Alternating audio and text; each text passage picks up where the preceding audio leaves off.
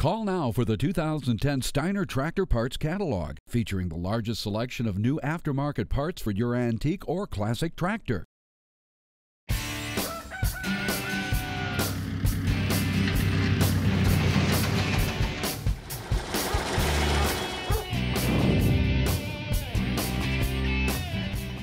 On this Tractor Fanatic webisode, we're talking Minneapolis-Moline as we get an up-close look at Norbert Stahls' collection.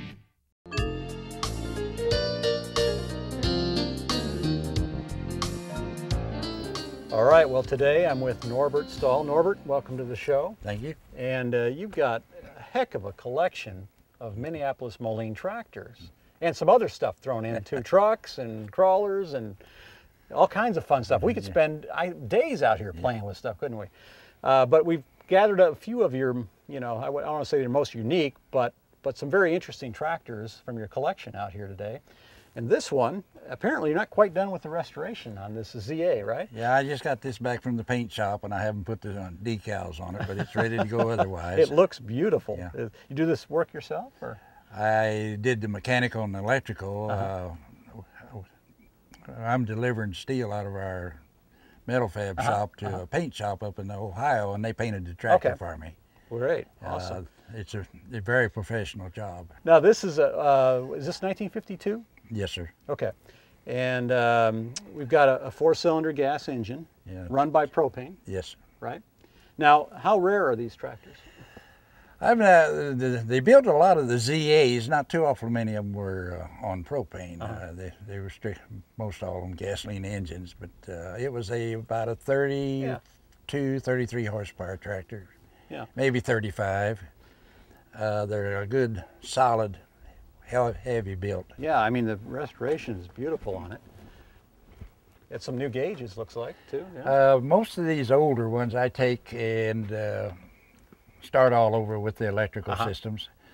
Sometimes I don't go back genuine, original. Make them a little better than they were originally. If you noticed, this one had an alternator on it. Right, yeah, I noticed that. That's well, you got a lot better. You like to drive your tractors. Yeah, I play with them. Yeah, and until I quit farming 3 years ago, I used some of the bigger ones in the fields. Right, exactly. Well, this is a beautiful, beautiful paint job on this tractor. And as we talked about, the LPs, they came out of the Midwest? I mean, where were they using LP at that time? LPs were more prevalent in Kansas, Texas, Oklahoma, Nebraska, closer to the oil fields where they had an abundance of the LP gas. Yeah, because it was basically a waste product from manufacturing process, right? It's a clean burn and runs cooler. Now, what caught my eye when we were looking at your collection, and the reason we brought this one out is, if I'm not mistaken, this is a Canadian version, right? Yes, Minneapolis-Moline and all the equipment operations.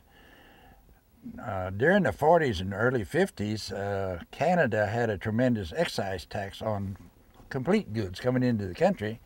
So what the manufacturers would do, they would ship a carload of engines, a carload of transmissions, and a carload of sheet metal and wheels, and then the distributor would put them together, then sold them out to the dealers, and they called them Waterloos. It does have a brass tag on the other side denoting that it was assembled by the Waterloo people of Waterloo. And so they were trying to beat the tariff. Yeah. Right? Yeah. How creative. They still do that. Yeah, they still do, absolutely. Yeah. Absolutely. Now, what horsepower is this four-cylinder? Probably about 20, 25 at the most. It's basically the identical engine as to what's in the ZA, except it's a smaller bore and a stroke. 165 inches. Okay. Yeah, and just a little bit smaller frame, it looks like. Yeah, this has got a 4-speed transmission where these are 5s. And this is late 40s, we think, somewhere? Yeah, about 48. Very nice. I bought this off a collector's auction up outside of Indianapolis last fall. Yeah. Yeah, I really like that tractor, and the fact that it's Canadian, I'm sure makes it a little bit rarer. Yeah. And then we get into a bigger tractor, a little newer tractor here, the M5. Tell me about this tractor. This is a 1960 M5 Standard, or Wheatland, whatever you want to call it. This was featured on the back page of one of the Minneapolis-Moline magazines. in full color, and a few years later the fella advertised it for sale, and I bought it over the phone and went to pick it up. He had repainted the sheet metal and put new tires on it, and if you're into collector tractors, that's the way to buy them. Yeah, exactly. Exactly. It's ready to go. Well, it's just like the car hobby. It's easier to buy a restoration than it is to do one, right? And in the long run, it usually costs you less money. Absolutely. Yeah. Absolutely. Again, now we've got an LP version. Yeah. Right? Minneapolis-Moline was the first to ship tractors from the factory with LP systems in 1939 or 1940. Yeah. And they were still shipping tractors up until about 73 or 74 as LP tractors. And I noticed you've got quite a few LP tractors in your collection. Yeah, I counted up, I think, out of the 33 Molines, 22 of them is propanes. I do have one diesel now. Okay. Call now for the 2010 Steiner Tractor Parts Catalog, featuring the largest selection of new aftermarket parts for your antique or classic tractor. With 45,000 square feet, Steiner Tractor Parts makes every effort to have your parts in stock. Call 800-234-3280 or visit steinertractor.com. Well, Norbert, you've got a fantastic Minneapolis-Moline collection, but this caught my eye too. This is a Shepherd, and I have not seen one of these in person. Tell me about these tractors. These were built by the R.H. Shepherd Company of Hanover, Pennsylvania. This particular tractor was built between 53 and 56. They built 4 series.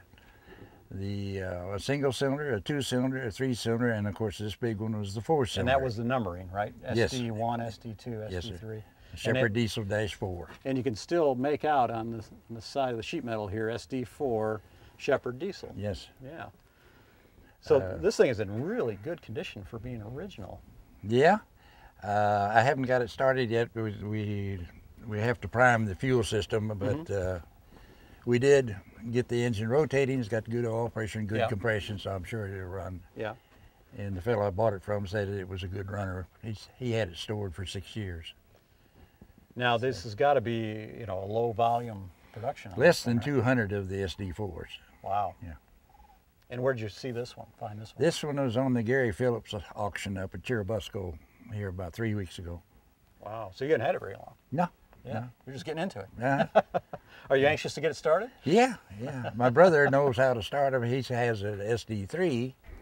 You think we can fire a few of these up? Maybe drive them around the field down there?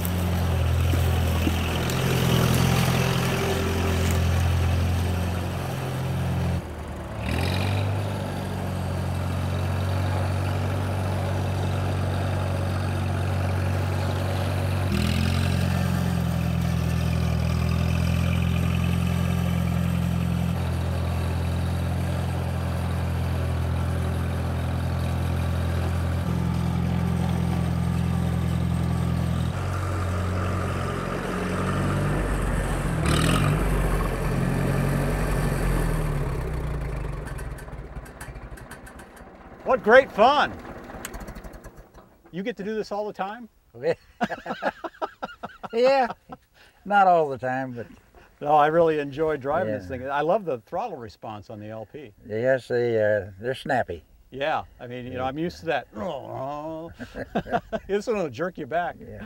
Well, listen, Norbert, I really appreciate you taking the time to talk with us today and show us your tractor collection. And hey, good luck finding some more. I hear that you have quite a reputation at the auctions for buying everything you see, practically. If it's yellow. If it's yellow. Yeah. Well, thanks again. Yes, thank you for coming. On our next Tractor Fanatic webisode, we'll see a piece of four-wheel drive history as Chris Wathen shows us his rare Steiger 2200.